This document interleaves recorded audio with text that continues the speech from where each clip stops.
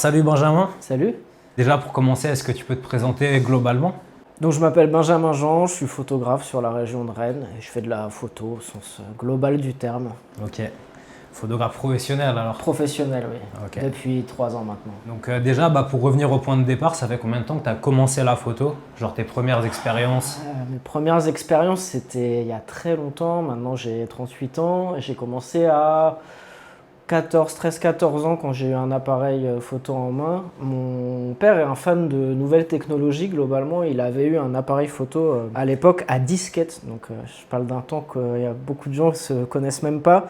Et c'était les vieilles disquettes à l'époque. On mettait ça prenait, on pouvait mettre 10 photos dessus en qualité horrible. Et un jour, j'avais mon demi-frère qui jouait au basket et on m'a donné un appareil, j'en avais jamais eu dans les mains. Et je l'ai eu et j'ai pris des photos de gens qui jouaient bien au basket. Et en fait, j'ai eu des clichés vraiment bien qui avaient été repris par le club de l'ATA à l'époque à Rennes. Et en fait, ça a été un peu le déclic. Je me suis dit, tiens, je suis bon là-dedans parce que je m'estimais pas bon en grand-chose. Tout de suite, j'ai adhéré au truc. Direct, j'ai commencé, j'ai demandé un appareil le Noël d'après.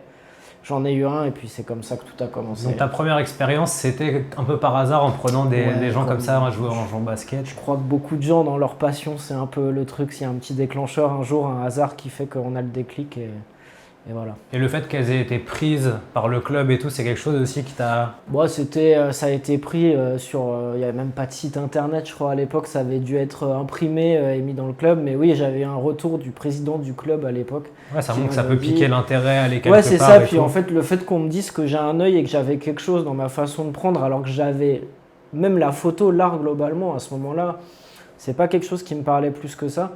En fait, ça a déclenché beaucoup de choses en moi en termes artistiques, de composition, de genre de choses.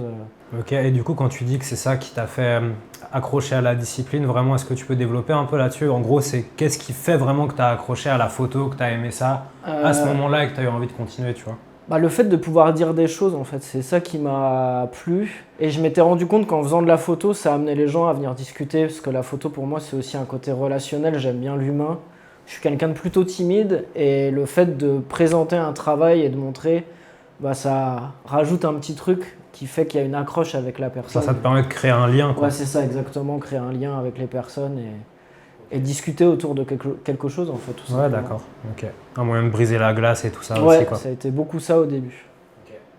Et du coup, est-ce que tu pourrais me parler un peu de ton parcours global, de tes débuts, jusqu'au moment où tu as décidé d'en vivre? À partir du moment où j'ai eu mon premier appareil, j'ai très vite fait des photos tout le temps. C'est-à-dire que j'avais mon appareil, j'allais, je sais pas, au skatepark avec des potes, je prenais des photos. Donc même dans ta vie perso, à tout moment, d'accord. Okay. Ouais, c'est devenu limite mon meilleur ami à ce moment-là. Okay. Et j'ai toujours été passionné par la musique, j'écoute de la musique depuis que je suis tout petit, mes parents écoutent du rock, de l'électro, donc j'ai été beaucoup baigné là-dedans. Et ma copine de l'époque, quand j'avais, on va dire 15-16 ans, était dans le milieu musical. Et ce qui fait que j'ai tout de suite été dans ce milieu-là. Et j'avais mon appareil, j'ai commencé à faire des photos de concerts. C'est par là que je suis arrivé vraiment dans le milieu de la photo. Ça a été un peu plus, on va dire, sérieux, où je commençais à faire des choses. À l'époque, j'avais travaillé pour ceux qui connaissent de la région rennaise, DJ Blue Blonienne qui m'avait amené sur ses concerts. Après, j'ai fait Wax Taylor, j'ai commencé à faire des groupes assez gros, rapidement. Et j'y allais au talent, voilà, je demandais des accrètes, c'était un peu plus simple que maintenant, il n'y avait pas beaucoup de monde. Et de fil en aiguille, j'ai intégré un média, d'ailleurs je leur fais un gros big up, Alter Info, qui est un média de cœur rennais, alterinfo.com. Qui est un média d'information globale sur Rennes, mais surtout culturelle. Et j'ai bossé avec eux pendant 10 ans, donc un amateur. Ouais, donc tu as pu faire tes armes aussi auprès d'eux. Ouais, et puis là, ça a été plus sérieux. C'est-à-dire que je travaillais pour des articles, je travaillais pour pas mal de choses. T'écrivais des articles aussi? Ouais, j'écrivais des articles et la photo était un support, parce que j'aime aussi écrire des articles. Et j'écris sur la culture rennaise globalement et surtout le milieu hip-hop. Donc après, j'ai mis un pied dans le milieu hip-hop à Rennes, j'ai fait beaucoup de photos de danse. J'ai été dans l'entourage de plusieurs groupes, Panel Large, Micronologie, tous ces gens-là.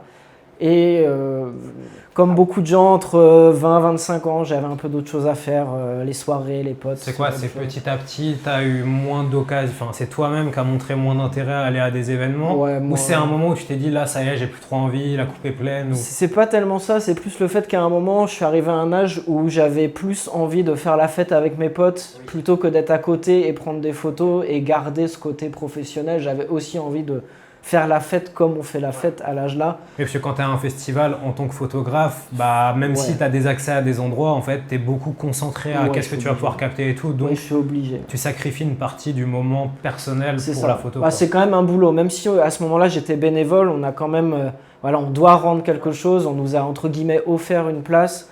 Donc, il faut justifier de tu dédies ton temps et ton énergie à ça vraiment. C'est ça. Donc, c'est un peu moins pour toi. Ouais.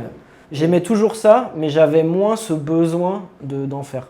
Okay. Plus axé sur autre chose, les potes, la fête. C'était une autre époque, on va dire.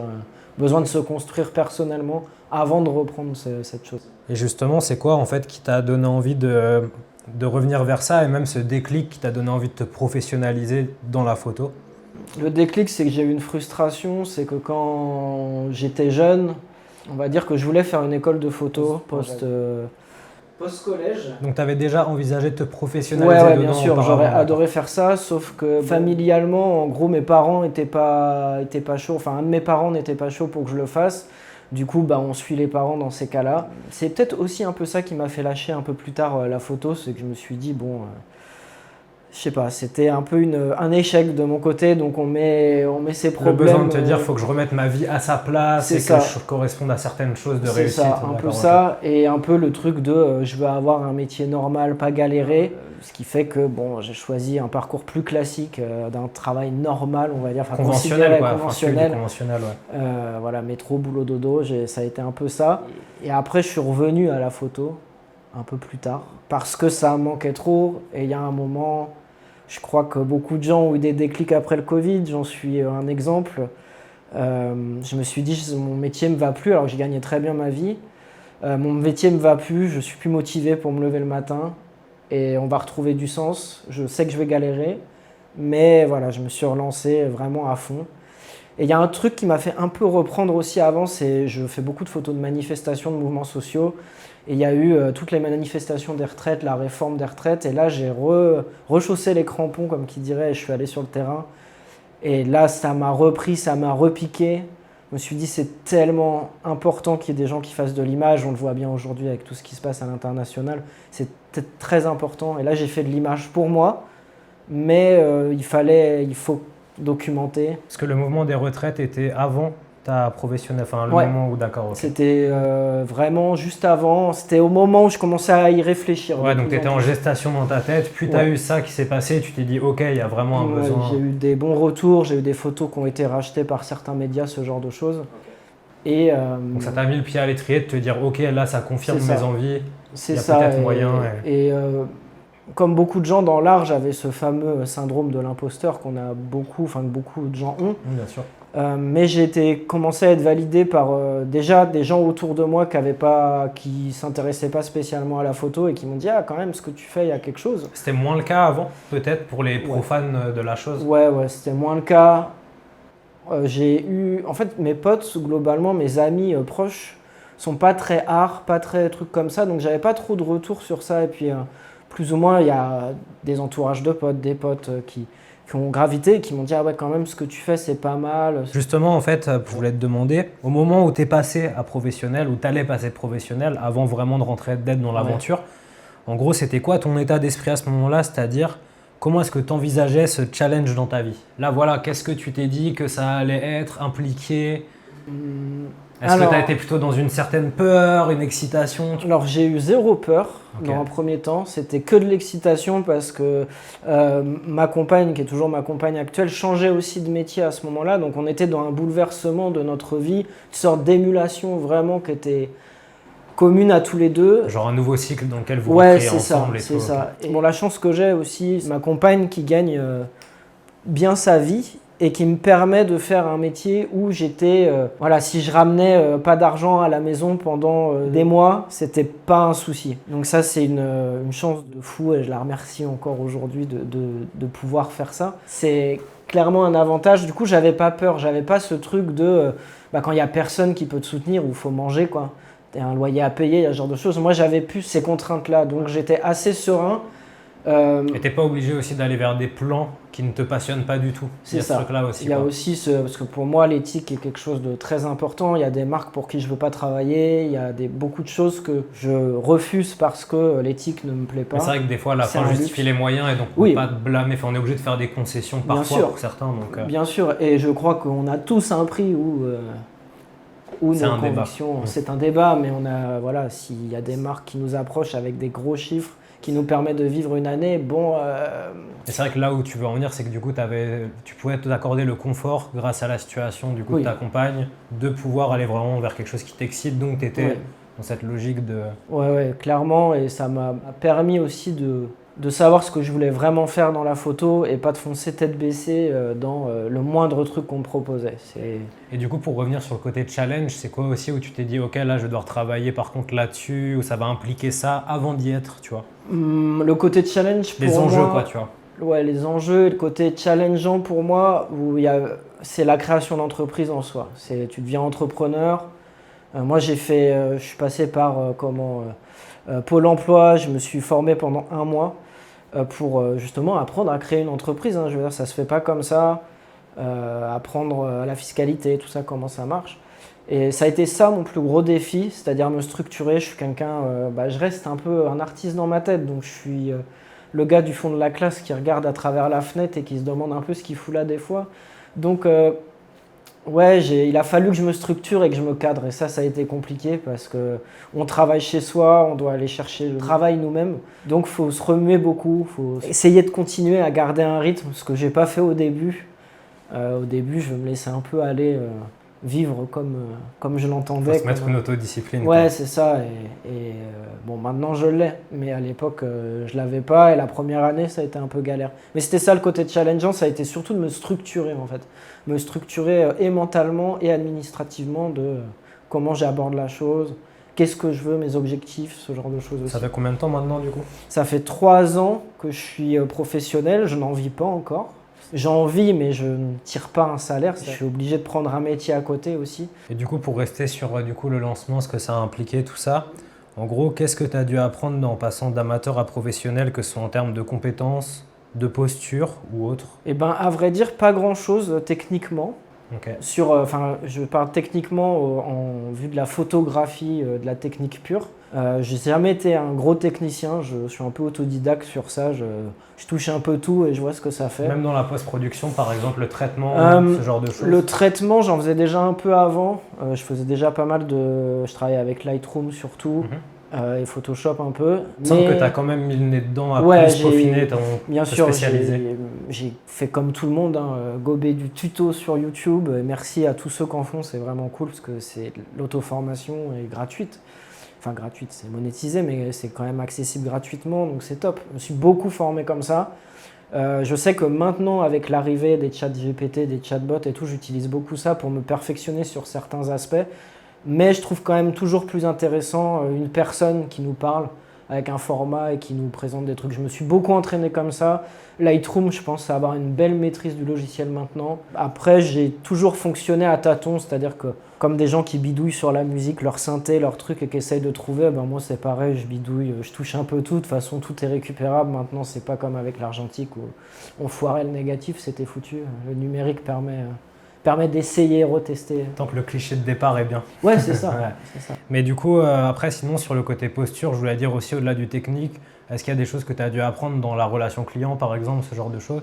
Pas spécialement. Il faudrait peut-être que je le fasse parce que je ne suis pas très académique sur ça. Je préfère l'approche naturelle. Comme je disais tout à l'heure, je suis un peu timide, donc c'est un peu compliqué d'aller vers les gens. Mais par contre, une fois que le contact il est fait, le relationnel, il n'y a pas de souci. Mais c'est vrai qu'il y a quand même... En fait, c'est surtout vis-à-vis des autres professionnels où j'ai dû prendre des postures. Je fais assez jeune. Des fois, il y a beaucoup de gens qui ne me prennent pas au sérieux. Je ne sais pas pourquoi. C'est peut-être comment je suis, mes postures, comment je m'habille, je ne sais pas. Mais j'ai beaucoup besoin Ouais, il y a beaucoup de gens qui me prennent pas au sérieux dans le milieu. Le milieu des photographes professionnels, c'est très particulier. C'est un milieu d'ego, un milieu de qui a le meilleur matériel. C'est un milieu de Et c'est beaucoup d'hommes aussi. c'est nécessaire d'y être par contre intégré quand même pour se développer ou pas ou... Oui, c'est nécessaire, mais j'ai fait le choix de ne pas le faire. Mais c'est nécessaire aussi. Dans plusieurs domaines, on est obligé de rentrer un peu dans un moule. Et moi, j'ai du mal à rentrer dans les moules. Et c'est aussi pour ça que je peux pas, quoi, que j'arrive pas à certaines choses.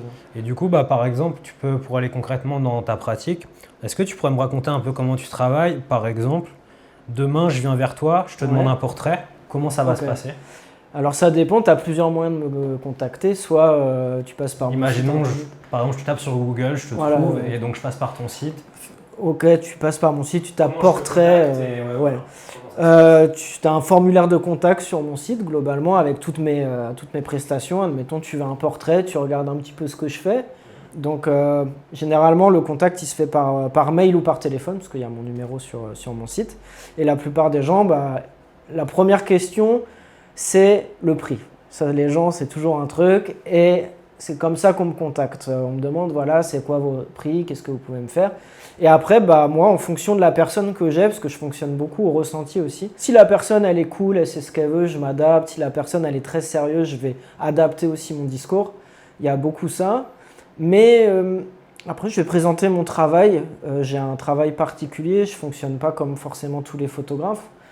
J'ai, on va dire, une façon d'aborder la photo où je ne fais pas poser les gens. Donc, par exemple, quelqu'un qui me demanderait un portrait, sauf si c'est un portrait institutionnel d'entreprise où là, il n'y a pas vraiment choix. C'est fond blanc, pas de sourire et puis voilà. Mais moi, je suis plus tendance à prendre des portraits où je vais discuter avec la personne. Je sais pas, pendant une petite demi-heure, on va prendre un café et puis je vais sortir mon appareil, je vais prendre des photos tout en discutant avec lui. Ça va plus être ça. Essayer d'avoir une forme de naturel. Ouais, créer un moment, en fait, que la personne, elle se dise plus, je suis dans une séance. Parce qu'il faut pas se mentir, la plupart des gens, et moi le premier, personne, à part si c'est notre métier, n'aimons poser. Ça fait des photos pas naturelles, les gens, le body langage est bizarre, les gens savent pas comment se modèle, c'est un positionner. taf à part entière, C'est un métier, ça s'apprend, c'est des postures, des poses. Personne n'est modèle, personne n'aime poser, ou très rarement. Et il faut savoir mettre les gens à l'aise. Et la meilleure façon pour que les gens soient à l'aise, c'est qu'ils oublient qu'ils aient un photographe en face d'eux. Donc de créer un moment autour d'eux, justement. Ouais. Surtout qu'en plus, quelqu'un qui vient t'approcher, il ne te connaît pas forcément. Donc, comme tu disais tout à l'heure, au départ, tu as commencé aussi parce que ça te permettait de briser la glace avec des gens. Mais du coup, là aussi, c'est un peu l'enjeu de ce que tu essaies de faire pour avoir du naturel chez eux. C'est que ces gens soient à l'aise avec toi pour du coup que tu puisses capter des belles photos pour eux. Oui. Donc c'est intéressant, ouais. L'intérêt aussi, ça peut être de les surprendre. Il y a beaucoup de gens qui arrivent avec une idée de ce qu'ils veulent, ils savent très bien ce qu'ils veulent, et puis en fait, je vais peut-être faire la photo qu'ils me demandent pour les mettre dans un premier mood, puis après, je vais faire plein de photos qu'ils ne m'ont pas demandé, une autre approche, et puis je vais leur présenter ces photos. Et souvent, c'est ces photos-là qu'ils retiennent et pas celles qu'ils avaient en tête, parce qu'ils se trouvent mieux, ils ont un meilleur feeling, un meilleur truc, sachant que les gens, c'est pareil. Pour un portrait, par exemple, c'est rare que les gens se trouvent beaux. C'est très rare. Comme nos voix, comme tout ça, les on voix, est très critiques envers nous-mêmes. Et souvent, c'est ça qui est bien. C'est quand la personne, elle se dit « Ah, je me trouve bien, quoi. » C'est ton but, quoi, un peu. Ouais, et puis il y a sur un portrait, je veux dire. Ouais, sur un portrait, ouais. Et puis il y a un côté... il y a un côté un peu, comment dire... je dirais pas thérapeutique dans la photo, mais il y a un peu retrouver l'image de soi-même. Se réapproprier positivement. C'est ça, exactement. Je le fais pas pour ça, mais il y a des fois où on ressent ces échanges. Quand quelqu'un se trouve beau ou se trouve acceptable, parce que c'est souvent ça, en fait, peut-être ça va durer 10 minutes, 1 heure, mais au moins pendant 1 heure, elle se sentira... ouais, j'étais bien là. Après, c'est noble aussi de valoriser le bien-être de quelqu'un, de lui apporter du c'est ça, ce bien-être, tu vois, c'est quelque chose de beau et de noble, quoi. Ouais, j'essaye que la photo, ça soit pas une contrainte pour les gens. Dans globalement tout ce que je fais, parce que j'ai plusieurs. Mais si je comprends bien, en fait, tu as aussi toute une vision qui est bien au-delà de sortir quelque chose de matériel, ou une photo et autres, mais il y a vraiment ce côté, je vais t'apporter une expérience. Un sentiment et une émotion du moment que tu as passé. Ouais, c'est ça. Tout ça, quoi. Sans faire un truc extraordinaire. Ça reste j'ai compris, moi qui viens faire de la photo. T'inquiète.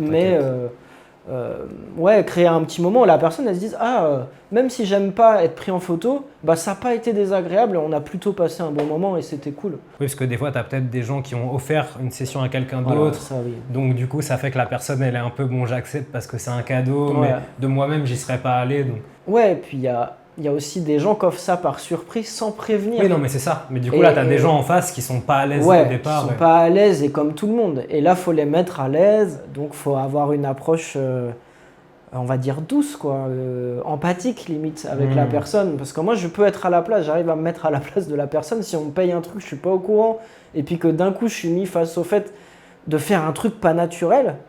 Bah, c'est typiquement, on m'offre un karaoké, je dois passer chanter devant des gens. En fait, si on m'a... C'est un cadeau, tu dois sortir de ta zone de confort. confort. Ouais, c'est quoi. ça. Alors c'est bien, mais bon, les gens sont pas tous prêts à ça. Et justement, transition toute trouvée, on parle de zone de confort. Est-ce que tu as dû sortir de ta zone de confort en allant sur de nouveaux contextes de photos que tu n'avais jamais fait avant d'être professionnel? C'est une bonne question.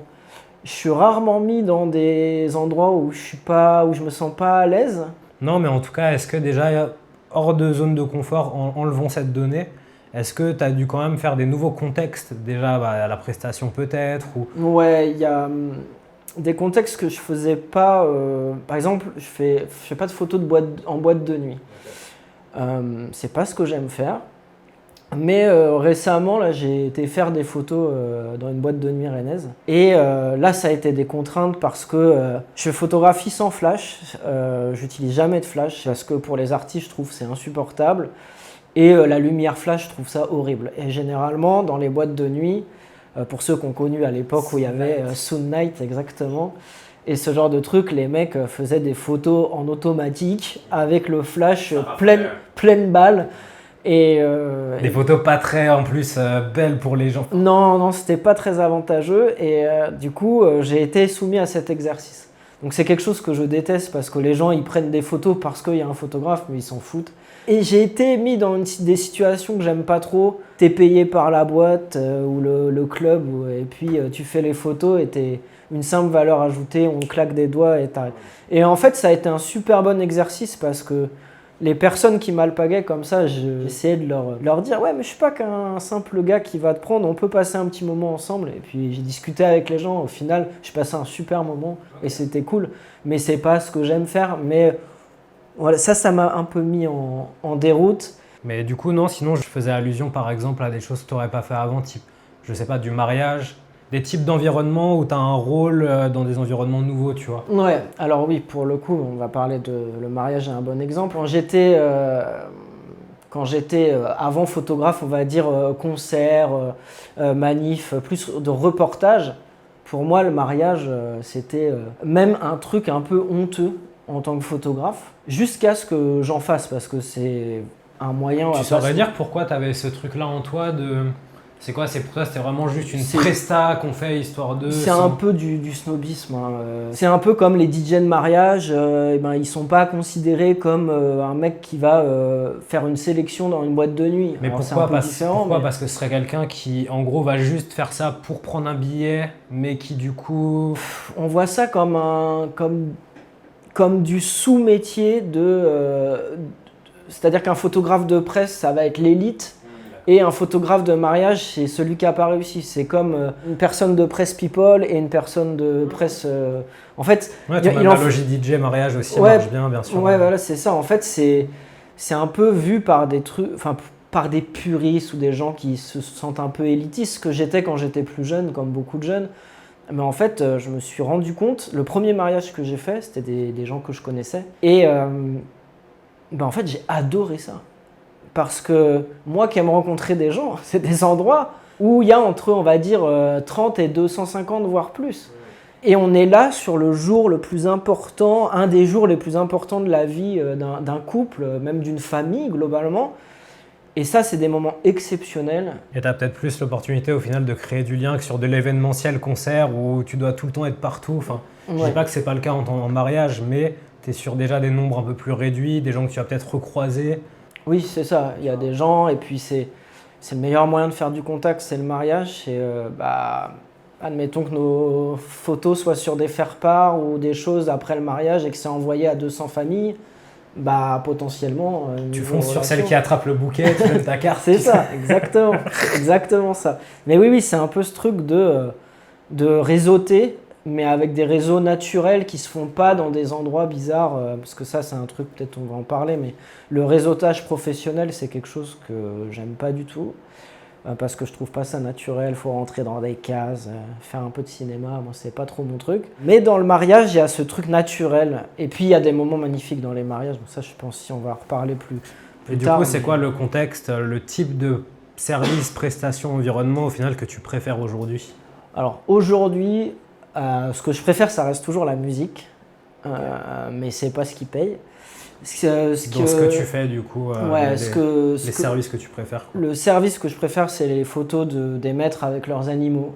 Ou les animaux globalement, c'est ce que je préfère parce que déjà c'est cool de photographier les animaux c'est top. Parce que c'est intéressant, l'animal il s'en fout de poser. En plus, comme j'ai une démarche très bien-être animal, toutes ces choses-là, je fais très attention à l'animal. Pareil, il n'y a pas de lumière artificielle, pas de flash, ce genre de choses. Et on va chez les gens, on vit un moment avec les gens, on est dans l'intimité d'une famille. Et c'est hyper intéressant, humainement parlant.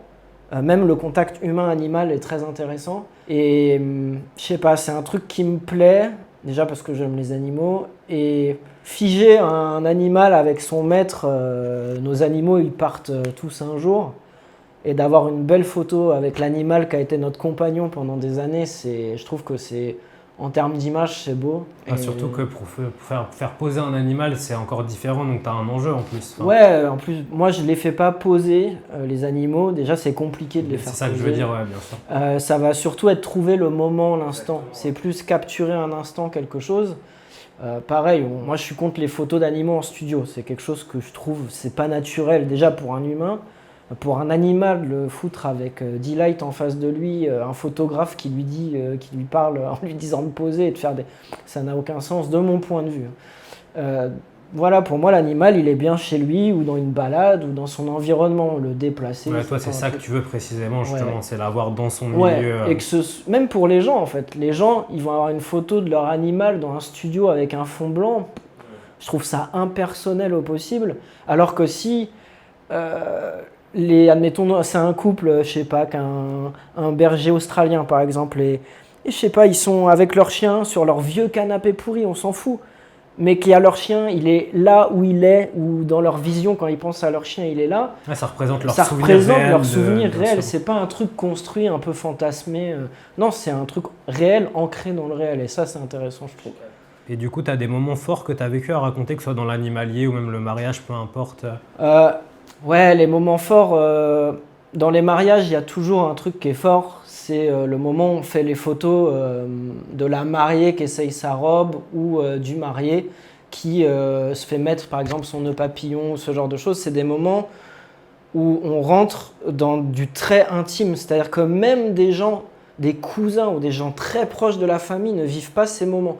Donc moi, mon but, c'est de m'effacer dans ces moments, j'existe plus, de toute façon, ça fait partie c'est ma tagline sur mon site, c'est me fondre dans l'ombre pour révéler votre lumière. Et c'est exactement ça. Dans ces moments-là, c'est des moments où les gens pleurent, où les gens c'est très fort émotionnellement. T'es à fleur d'émotion, j'imagine. Ouais, et moi je suis quelqu'un d'émotif, mais dans ces moments-là, je suis assez poker face et je suis un peu sur le côté. Tu reçois quand même, toi? Ouais, tu l'as fait la garde pour toi, mais en fait, je peux avoir une larme, mais après, c'est-à-dire que quand je vais regarder les photos, je vais me rappeler ce moment-là et je vais me dire, ouais, c'était beau. Mais sur le coup, tu es pragmatique et tout. Assez, ouais, après, je suis empathique, donc du coup, ça se voit sur mon visage que je suis touché. Mais mon but à ce moment-là, c'est que je reste très professionnel, c'est qu'il faut avoir le moment où je sais pas, par exemple, juste, je sais que moi j'adore ce genre de photos, mais genre la sœur de la mariée qui lui remet une bretelle, par exemple, ou qui attache ce genre de plan. C'est des plans magnifiques où c'est même, je trouve, des plus beaux plans de mon point de vue que des plans où ça se passe la bague au doigt, où ça signe les registres à la mairie. C'est des trucs qui sont dans l'intime, c'est du vrai, c'est du détail. Et c'est dans ces petits détails que je trouve qu'il y a tout l'amour d'une famille, ou même un regard, comme le regard du conjoint, enfin, que ce soit une femme, un homme qui se marie, les regards, quand les gens se regardent, c'est quelque chose de magnifique. Tu as plus capté la vraie tendresse pure dans le détail du naturel que justement dans les gros moments conventionnellement prévus pour et organisés comme ça. C'est ça. Ok. Bah, c'est bien comme témoignage de la part de quelqu'un qui n'aimait pas les mariages avant. Non, mais maintenant j'adore ça. C'est cool. Et du coup, aujourd'hui, tu sais, tout le monde a un appareil photo dans la poche avec son smartphone. Pour toi, qu'est-ce qu'un photographe expérimenté et qualifié a à apporter de plus que n'importe qui avec son téléphone dans la poche, tu vois?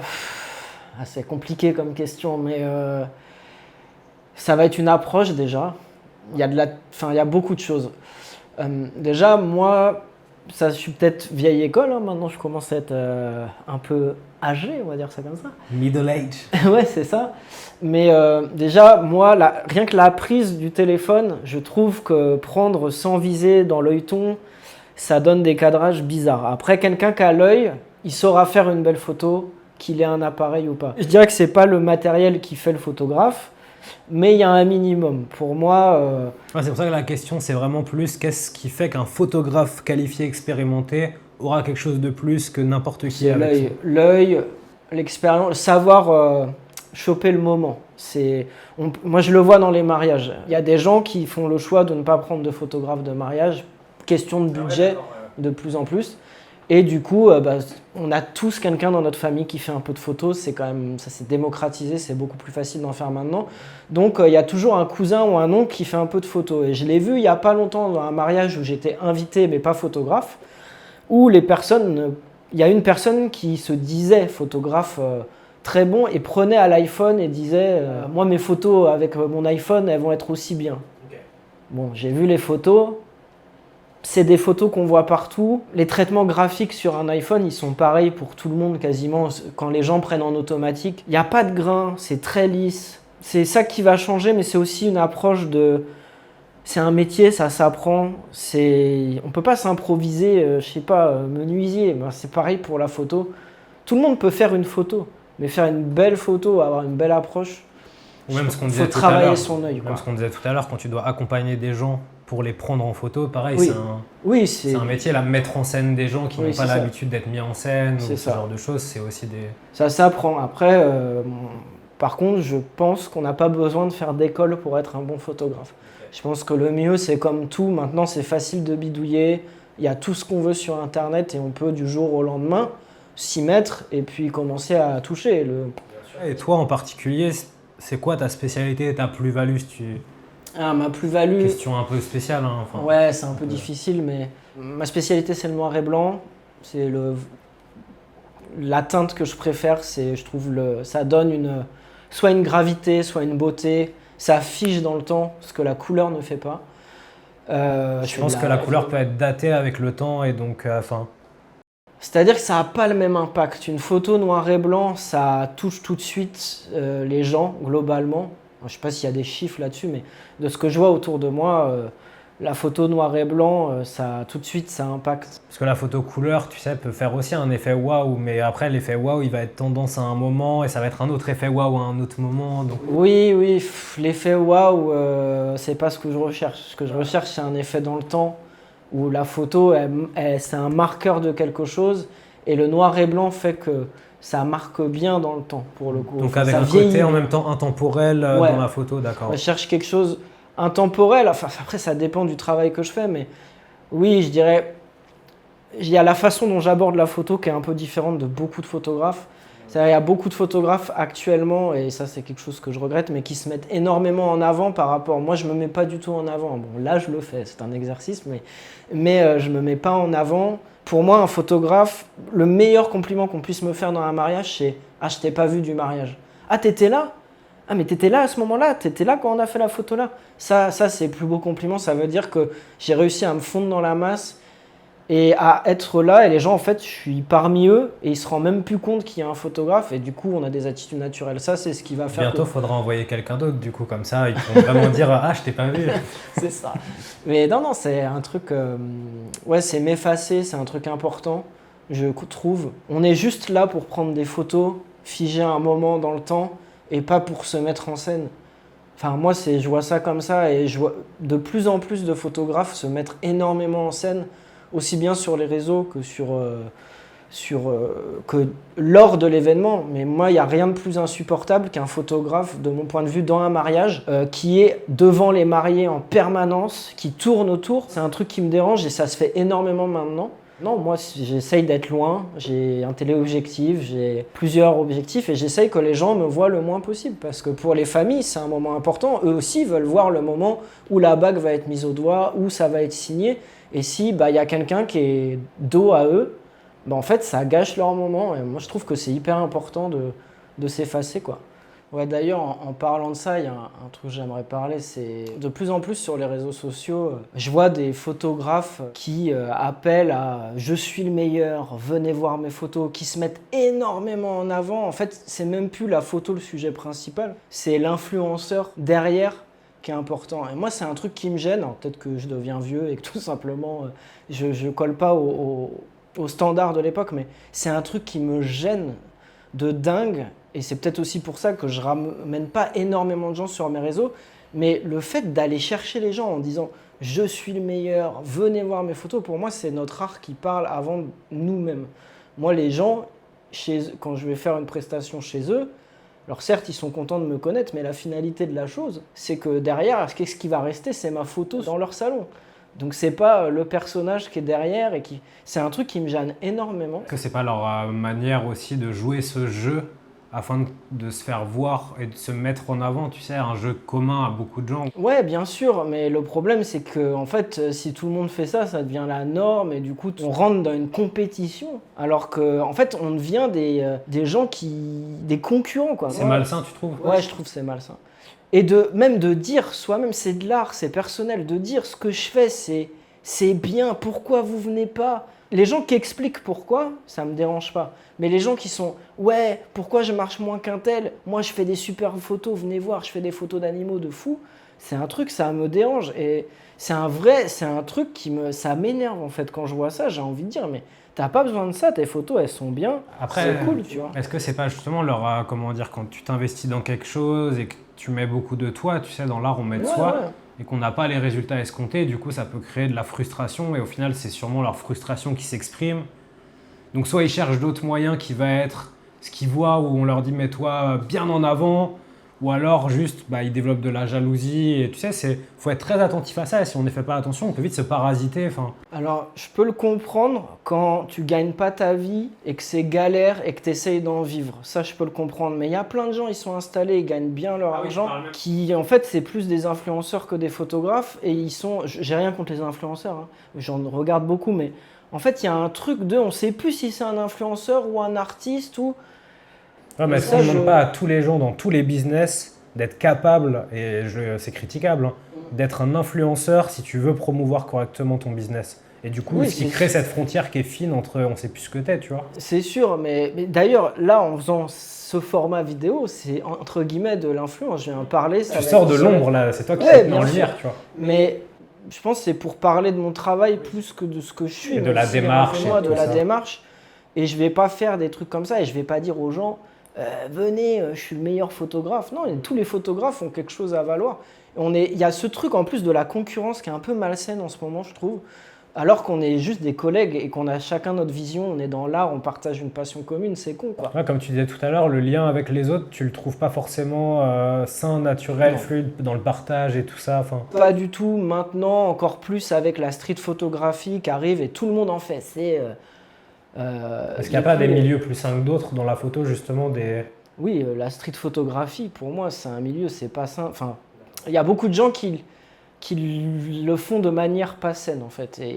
Et voilà, il y a des gens qui ont promu ça comme si c'était facile et que c'était normal et que tout le monde pouvait faire ça. Et en fait, tout le monde fait ça. Mais il y a une façon d'aborder les gens, il y a une façon de faire de la street photographie, de mon point de vue, hein, de pas mettre les gens mal à l'aise. Maintenant, c'est beaucoup ça. Ouais, je kiffe ton style. Est-ce que je peux prendre une photo de toi? On regarde la plupart, c'est des mecs, ils prennent que des meufs qu'ils estiment jolies. Et en fait, il y a plein de problématiques. Ils brisent la glace, comme tu disais. Oui, mais bon, compliqué, quoi. Enfin, en fait, il y a tout un aspect influence où moi, ce qui me dérange, c'est que c'est plus l'aspect photographique qui est le plus mis en avant, mais c'est l'aspect de la personne. Oui, même l'appareil devient un outil plus pour se mettre en avant que l'inverse, quoi. Et puis, ce qu'on veut, enfin, moi, ce que je veux voir, mais ça, c'est personnel, mais moi, ce que je veux voir de quelqu'un, c'est quoi ton art? Après, c'est cool si t'es un mec sympa. Mais ce que je veux voir de base, c'est qu'est-ce que tu fais? Est-ce que tes photos, elles me plaisent? Qu'est-ce que tu as à me montrer? Après, des fois, la personne peut être une porte d'entrée vers l'art aussi. Il y a des gens, justement, qu'on apprend d'abord à aimer en tant que personne pour après plus apprécier l'art aussi, tu vois. Ça peut être la porte d'entrée aussi. Mais je comprends. Et il y a aussi un autre truc, je finis là-dessus. Il y a un truc aussi, c'est qu'il y a beaucoup de gens qui parlent pas, beaucoup de photographes qui gagnent très mal leur vie pour le coup, qui n'en parlent pas. Et on a l'impression, même des photographes qui marchent bien, qui cartonnent, qui font des milliers de retweets, de lives, de ce que vous voulez. Et en fait, ces gens, ils sont payés une misère. Il y en a sur Rennes des super photographes qui font vraiment un travail de fou, de pochettes d'albums, ce genre de trucs, des trucs qui sont valorisés très fort. On peut croire qu'ils gagnent, je sais pas, 5 000 € pour faire une pochette, alors qu'en fait, ils ont été payés 100 balles. Et ils en parlent pas. Et en fait, ça laisse un truc de tous les photographes gagnent hyper bien leur vie. Tu penses que les gens voient les choses comme ça sur ceux qui... Ouais. Moi, je propose des forfaits pour, par exemple, des portraits ou des photos de famille à 150 €. Je reste 1h30 chez les gens. 150 €, c'est cher pour quelqu'un. C'est beaucoup. Mais en fait, il y a du travail derrière. Il y a les gens, ils font, ouais, ça vaut pas plus de 30 €. Mais, parce qu'ils voient 1h30 sur place. Oui, et puis... déjà, ils ne voient pas la post-prod, quoi. On valorise plus l'art. Ça reste de l'art, c'est quelque chose de particulier. C'est touchant, ça touche l'intime, ça touche l'émotionnel. Et pour toi, le tabou, du coup, devrait être brisé sur ceux qui gagnent, qui ne sont pas payés très hautement par rapport à la place qu'ils ont. En fait, l'argent, déjà, ne devrait pas être un tabou. Ça, c'est un problème. On entend toujours cette phrase, mais c'est un problème qui est très français, quoi. On parle d'argent. Moi, je vais dire clairement ce que je gagne actuellement en faisant un mariage par-ci, par-là. Je me sors 500, 600 €, 700 de CA par mois. Et pourtant, je travaille tous les jours. De CA dont tu dois déduire. Donc, on va dire, je me tire 300, 400 €. Ouais. Donc, je me plains pas, hein, je fais pas ça pour pleurer. Je vis très bien, tout va bien de mon côté, j'ai un autre métier. Oui, voilà, parce que peut-être que ces personnes aussi, entre guillemets, complexes et ont honte aussi de. En fait, faut pas avoir honte de pas gagner d'argent ou d'en gagner beaucoup. Pour moi, c'est pareil, les photographes qui gagnent, s'ils prennent 10 000 pour un cliché, alors j'ai pas d'exemple en tête, mais on va prendre un grand photographe, un Fifou ou ce genre de personnes. Bah, c'est des énormes photographes. S'ils prennent 5 000 et qu'ils disent qu'ils prennent 5 000, tant mieux pour eux. Oui, toi, tu dis ça plus pour s'inscrire dans une démarche globale de défense de la valorisation du travail des photographes. Oui, parce que c'est dur de s'évaluer, en fait, aussi, et de savoir les prix. Moi, pour trouver mes prix, j'ai galéré. Tout le monde les cache sur ses sites. Moi, sur le site, il y a mes prix. Après, on équilibre ou pas, on rogne à la marge. C'est une discussion, c'est pas figé. Donc voilà, c'est ça, et il faut arrêter un peu ce tabou, quoi. Faut discuter. Si on gagne pas d'argent, c'est pas grave. Il n'y a pas de honte à pas gagner d'argent. Juste, on en discute et on voit ce qu'on peut faire, quoi. Et voilà. Et du coup, c'est quoi les qualités premières d'un photographe, en fait, selon toi? Bah déjà, c'est avoir l'œil. Ça, je pense, on l'a pas. Ça se travaille, hein, l'œil, mais soit on l'a, soit on l'a pas, de mon point de vue. Faut être très humble, je trouve, pour être photographe. Ce qui n'est pas vraiment le cas de tous les photographes, mais je crois qu'il faut être assez humble. On ne reste, je parle pour les gens qui font du numérique comme moi, on ne reste, entre guillemets, même si on compose notre photo, moi je le fais pas trop, je prends des instants, mais on reste quand même que quelqu'un qui appuie sur un bouton. On n'est pas... Alors je sais que là, il y a des gens qui vont pas être d'accord du tout, mais on n'est pas comme un peintre qui part de rien, d'une feuille blanche et qui va créer. On a quand même déjà un support. Et après, c'est à nous de magnifier ce support et de le rendre plus beau. Ou de une rendre sorte d'interface, tu veux dire, de quelque chose qui existe déjà, en fait. C'est ça. D'accord, ok. Donc nous, on capte. Moi, je ne me considère pas comme un photographe, mais comme un capteur de moments, d'images. Je prends ce que je vois. Mais ça, c'est ma démarche. C'est un talent déjà d'être un prisme aussi, comme l'est l'objectif, tu vois, de savoir se dire, ok, à ce moment-là, il y a quelque chose. Comme tu dis, tu sublimes quelque chose et c'est tout un art aussi de... Oui, tu crées pas de zéro, effectivement, tu n'as pas la prétention de créer un panorama. Surtout que moi, en plus, je ne fais pas de composition, très peu. Je crée pas de décor, de scéno. Je prends vraiment ce que j'ai devant moi. Alors, je peux créer des trucs. Oui, tu fais pas de la mise en scène complète. Non, je sais en faire, mais c'est pas quelque chose qui me plaît plus que ça. Et il y a des gens dont c'est le métier. Donc, si je veux faire ça, je vais plutôt appeler des gens. Le but, ça c'est un truc que je vais dire aussi. Faites bosser les gens autour de vous. faites bosser tout le monde, c'est important. Après, on se partage l'argent, on s'arrange. Mais... Et du coup, d'où le fait que dans particulièrement ton processus, c'est important de t'effacer pour que le naturel que tu essayes de capter soit à son plus réel, sans que tu interfères dessus, pour que tu puisses le capturer, si j'ai bien compris, d'accord. Ok. Et du coup, il y a des principes personnels qui sont importants pour toi dans ta manière de travailler? Ouais, principe personnel. Déjà, le premier principe, s'en foutre des règles de la photo. Déjà, c'est le premier. La règle des tiers, ce genre de choses, ça va parler à certaines personnes. C'est important. Il y en a qui vont me dire que j'ai rien compris. Mais de mon point de vue, l'art, c'est fait pour casser les codes et c'est toujours comme ça que ça a avancé. C'est bien d'avoir ses bases, mais après, il faut vite en sortir, je pense, pour créer notre propre point de vue. Mais est-ce qu'il ne faut pas justement d'abord les assimiler pour en sortir? Je ne crois pas. Je crois que apprendre, c'est déjà se mettre dans une case et c'est difficile quand on a appris ces règles-là d'en sortir après parce qu'on a formaté notre œil à voir quelque chose qui est dit sur les bouquins de cours comme beau et comme être la norme de... En fait, on s'en fout des normes. Plus tu te construis, plus c'est dur de déconstruire. Oui, voilà. Tu vois. Donc le but, c'est de... En fait, faites ce que vous voulez et après, vous verrez. Après, il y a des trucs, ça va pas être beau. Si votre point de fuite, il est mauvais, ce sera mauvais. Mais peut-être ça va donner un truc cool à votre photo. J'ai oublié la question de départ que tu m'as posée. Non, la question, c'était tes principes personnels dans ta manière de travailler. Donc, s'il y a des principes. Moi, je fais très attention à l'éthique. Je vais pas travailler pour des gens que j'ai pas envie, ou pour des partis politiques qui ne me plaisent pas, ou des gens qui sont affiliés, par exemple, à l'armement. ou à ce genre de choses, c'est hors de question, même si on met... Donc il y a une forme d'engagement, enfin engagement politique, oui. où tu as des limites politiques. Tout est politique, l'art est politique, oui. Il y a des choses, des gens pour qui je ne travaillerai pas, c'est évident. Et du coup, c'est important par exemple pour toi aussi de bosser avec des gens, enfin autant que possible, avec qui que tu apprécies aussi humainement. Parce que tu vois, il y a une différence entre bosser dans l'armement et juste être quelqu'un qui n'a pas de vase communicant, tu vois. Non, ça me pose pas trop de problème à partir du moment où je sais qu'ouvertement la personne elle n'est pas contre mon éthique complète ou que c'est une personne problématique, ce genre de choses, il n'y a pas de souci. Je veux dire, la personne elle soit de droite ou de gauche, globalement, si elle a des bonnes valeurs de base, des valeurs humaines de base classiques, moi, ça me pose aucun problème. Même, ça peut être intéressant de se nourrir. C'est bien de côtoyer plein de gens, donc ça me pose pas de soucis. Mais du coup, il y a par exemple des types de photos d'environnement ou de service que tu aimes moins, voire que tu refuses de faire. Ouais, tout ce qui est photos de nues femmes, ça, c'est hors de question. Hommes, je peux faire. Ça me pose moins de problèmes. Les femmes enceintes, ça rejoint un peu aussi ce côté nudité. Pourquoi ? Parce que dans les expériences que j'ai eues, alors j'en ai fait un tout petit peu du nu féminin quand j'étais plus jeune. Il y a quelque chose de bizarre, de pas... malaisant. Dans comment tu te sens dans cette situation. Ouais, il y a un truc c'est un peu difficile à expliquer parce que il y a ce truc de... je suis un homme, j'ai une femme en face de moi, je suis hétérosexuel. J'ai une femme en face de moi qui est nue. Alors je sexualise pas le corps ou quoi, mais il y a toujours un petit pourcentage de moi ou de... Je pense que c'est comme ça pour beaucoup de monde, mais les gens vont pas oser se l'avouer. Mais en fait, s'il y a ne serait-ce qu'1% d'ambiguïté, je trouve c'est malsain.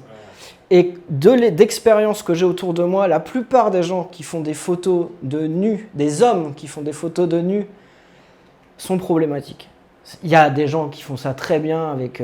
pareil, on va peut-être me tomber dessus pour ça, mais je connais beaucoup de gens dans ma région, et je ne vais pas name dropper ou faire ce genre de choses, ça n'a aucun sens, mais qui font que des femmes nues. Et pour moi, à partir de ce moment-là, c'est un problème. Que ça en plus. Quand tu fais que ça, et que tu vas sur Facebook, et que ton Facebook, il est que avec des femmes nues, c'est très bizarre. Alors que même des amatrices, des filles qui ne sont pas professionnelles pour proposer ça. Ouais, c'est très bizarre.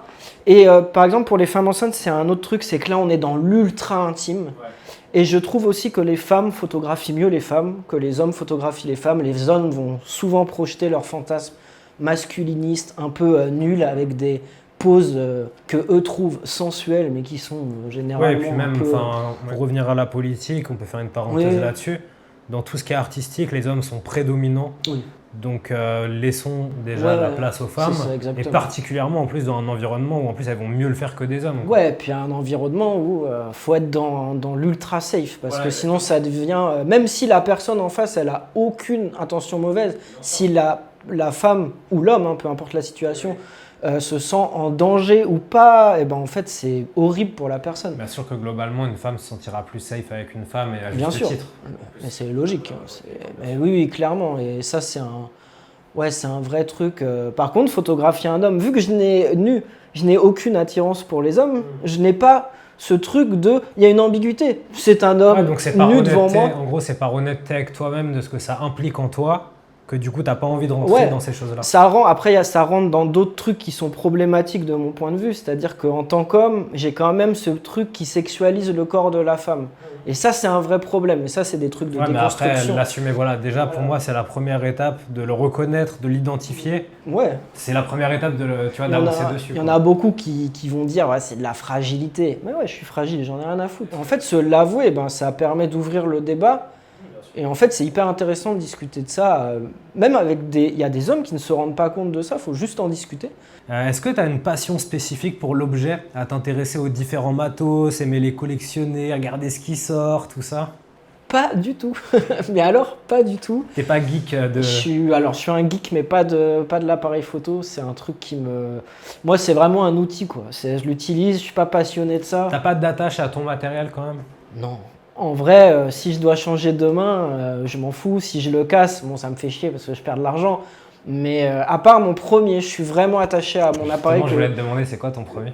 Le premier que tu as eu, parce qu'il y a toujours un... Mon premier, c'était un appareil à disquette. Sinon, non, j'ai mon matériel, j'ai un petit Olympus que j'avais il y a... Enfin, c'est un boîtier classique réflexe. Qui t'a beaucoup accompagné qui m'a beaucoup accompagné et que j'utilise toujours en manif. Et celui-là, il a tout vécu. Il a vécu des coups de matraque, il a vécu plein de choses. Donc il y a un affect, il y a un lien. Ouais, c'est un affect parce que c'est avec lui que je me suis dit c'est le moment de me professionnaliser. C'est avec lui où j'ai pris une autre dimension en termes de photos.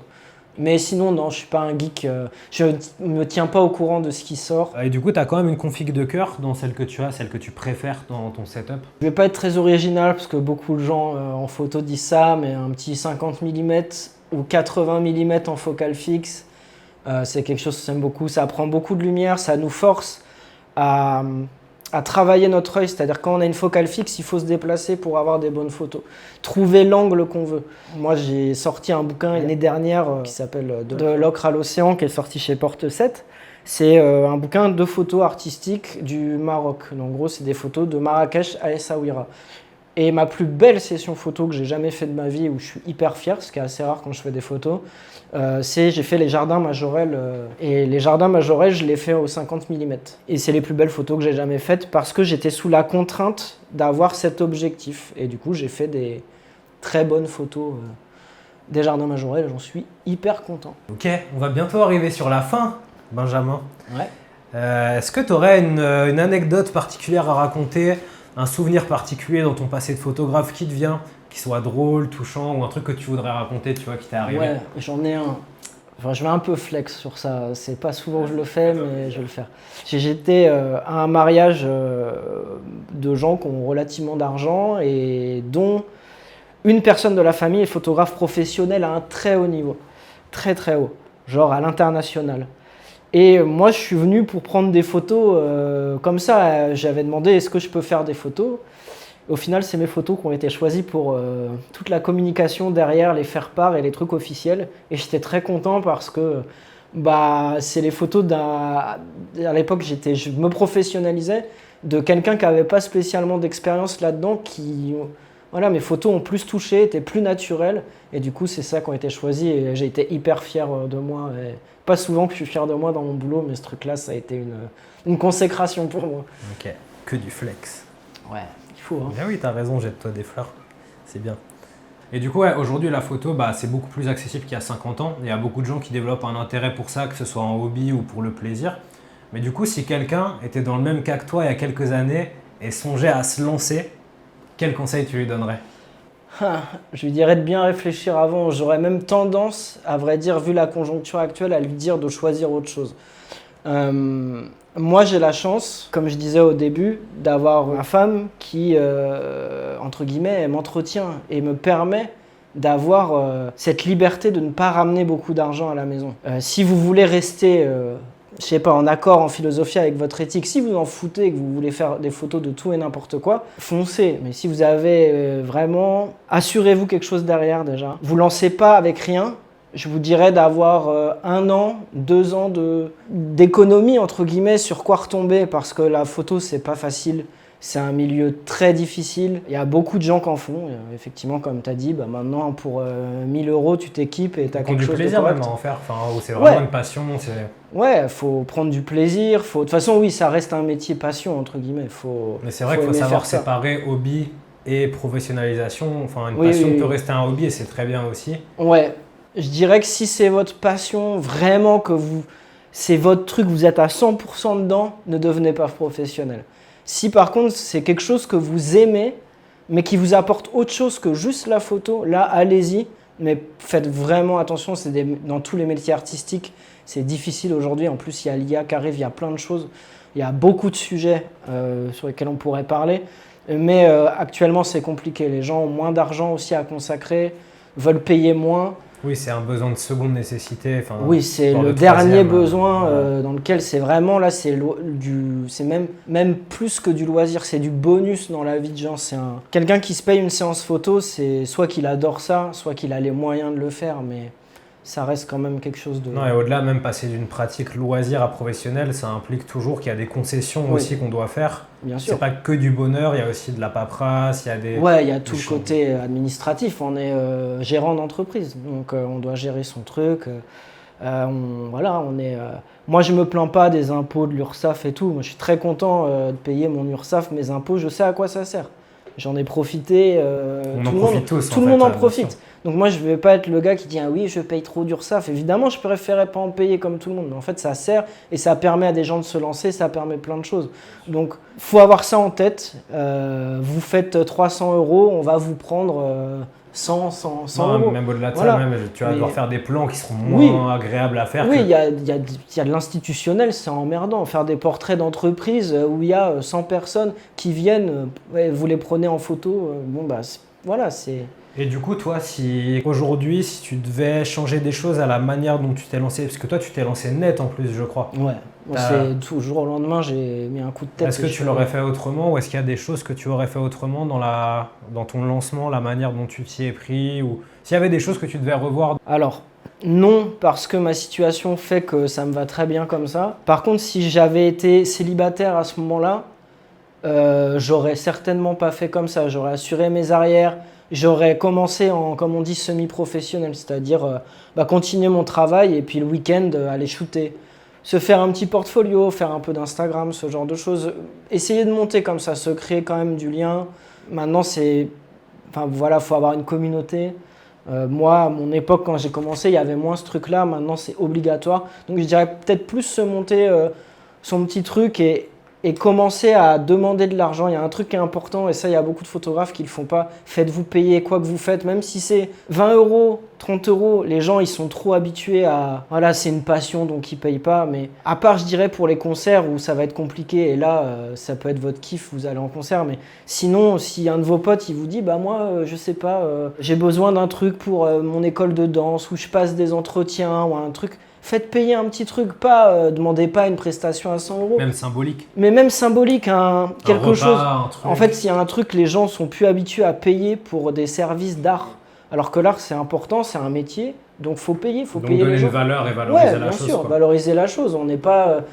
comme on dit, l'art, ça remplit pas le frigo en fait, d'avoir un post sur Instagram. La visibilité, ça remplit pas le frigo. Donc il y a un moment, payer les gens. Et un peu. Après, je dis si ça... on pouvait payer nos baguettes en visibilité, ce serait bien. Ouais, c'est sûr. Mais du coup, pas de regret quoi. Non, en vrai, pas de regret parce que j'ai jamais été aussi libre que maintenant. Mais c'est un luxe que j'ai. En gros, pareil, dans les conseils que tu donnais, et ça, je pense que c'est un conseil qu'on peut donner dans toute personne qui veut se professionnaliser dans quelque chose d'artistique. Oui. Peut-être s'assurer une sécurité, que ce soit un diplôme qualifiant. Oui. Tu vois, un truc. Et il y a un truc derrière. Surtout que ça peut marcher à un moment et puis ça peut retomber aussi selon la conjoncture. Oui, bien sûr, bien sûr. Là, par exemple, les mariages, pendant 2 ans, ça a été très faible. Là, ça reprend. Mais c'est comme ça, il y a des fois, les gens, c'est la vie. Il faut toujours s'assurer quelque chose. Ouais, en plus, quand tu crées, quelque chose, ton style peut plaire à un moment, puis ne plus être dans le coup. Oui, et puis il y a un système de clientèle en photo. C'est pas comme par exemple un coiffeur où les gens ils y vont, on va dire, une fois par an. Un photographe, c'est 2 fois dans une vie, 3 fois dans une vie, mais pas plus.